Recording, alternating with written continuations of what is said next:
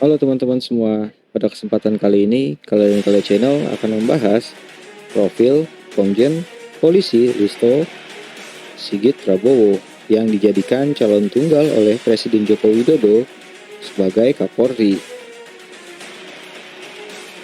Berikut Kala dan Kala Channel telah merangkum beberapa fakta tentang profil dari Komjen Listi Sigit Prabowo yang diajukan Jokowi jadi calon tunggal Kapolri.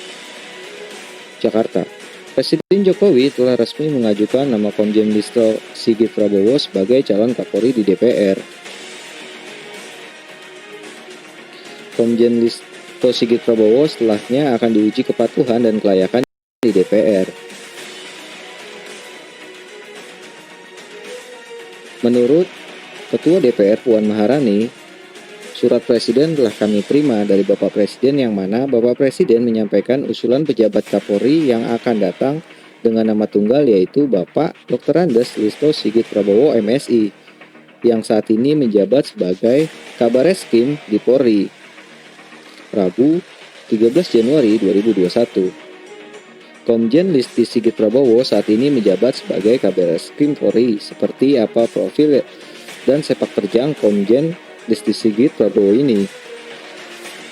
Dari beberapa data yang dihimpun Kalakale, salah satunya detik.com, Komjen Listi Sigit Prabowo lahir di kota Ambon, Maluku, tanggal 5 Mei 1969. Beliau lulusan Akademi Kepolisian tahun 1991.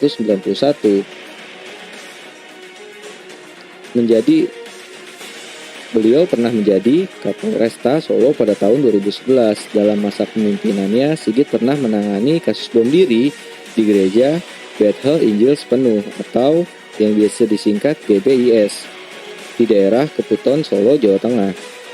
Setahun kemudian, Komjen Listo Sigit Prabowo ditarik ke Bareskrim menjadi Kasubdit 2 Dittipidium. Pada tahun 2013, Komjen Listo Sigit Prabowo kemudian diangkat menjadi Dirkrimun Polda Sulawesi Tenggara. Saat Jokowi terpilih sebagai presiden, Komjen Listi Sigit Prabowo kemudian dipercaya menjadi ajudan. Komjen Listi Sigit Prabowo mulai bertugas menjadi ajudan Jokowi pada Senin 27 Oktober 2014. 2 tahun berselang, Komjen Listio Sigit Prabowo kembali mendapat promosi dengan pangkat Brigadir Jenderal Polisi. Listio Sigit Prabowo dipercaya menduduki posisi Kapolda Banten.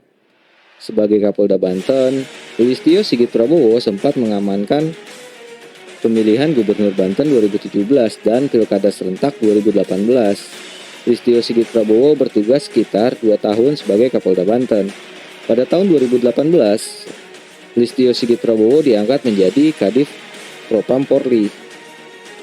Dia menggantikan Irjen Martuani Sornim yang ditugaskan sebagai Kapolda Papua. Dengan jabatan itu, Listio Sigit Prabowo pun mendapat kenaikan pangkat menjadi Irjen.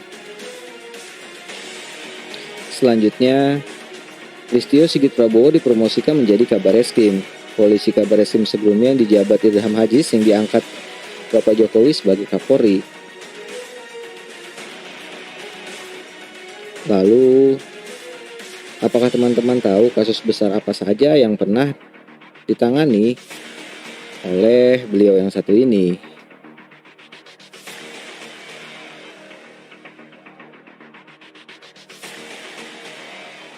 Sejumlah kasus menonjol yang ditangani Bareskrim pada masa kepemimpinan Sigit adalah salah satunya penangkapan terpidana kasus hak tagih Bank Bali yaitu Joko Chandra. Proses penangkapan ini sudah berlangsung sejak 20 Juli 2020. Sigit memimpin langsung penangkapan itu. Selain itu, Sigit menangani kasus kebakaran Kejaksaan Agung yang menyita perhatian masyarakat. Sejumlah orang telah ditetapkan tersangka, dan kini kasusnya dilimpahkan kejaksaan. Kasus lain ditangani Sigit adalah pelanggaran protokol kesehatan di sejumlah wilayah. 2 di antara kasus ini melibatkan Habib Rizik Syihab. Di masa kepemimpinan Sigit, 2 pelaku kasus penyiraman air keras Novel Baswedan pun tertangkap. 2 pelaku telah divonis hukuman penjara. Untuk harta kekayaan, berdasarkan halaman elhkpnkpk.go.id, Sigit terakhir kali melaporkan hartanya ke KPK pada Desember pada 11 Desember 2020. Total harga yang dimiliki Sigit senilai 8,314 miliar rupiah. Polisi yang kini menjabat Kabar Eskrim itu tercatat memiliki 3 bidang tanah dan bangunan yang tersebar di beberapa daerah. Total nilai tanah dan bangunan milik Sigit sebesar 6,15 miliar rupiah. Sigit tercatat hanya memiliki satu mobil, nilainya 320 juta. Mantan ajudan Presiden Jokowi itu juga memiliki harta bergerak senilai 975 juta rupiah serta kas senilai 869 juta rupiah. Nah, yang tadi adalah profil dari Komjen Listio Sigit Prabowo, satu-satunya calon tunggal yang diajukan Bapak Presiden Joko Widodo untuk mengisi posisi Kapolri periode berikutnya. Bagaimana teman-teman? Teman-teman setuju nggak nih tentang pengajuan Bapak Presiden Joko Widodo untuk Kapolri yang baru? Jangan lupa ya teman-teman, tuliskan komentar teman-teman. Oke teman-teman, terima kasih sudah menonton Kala dan Kala Channel. Jangan lupa ya subscribe dan like channel ini. Dan jangan lupa nyalakan loncengnya, karena Kala dan Kala Channel akan menyediakan fakta-fakta baru setiap harinya pastinya.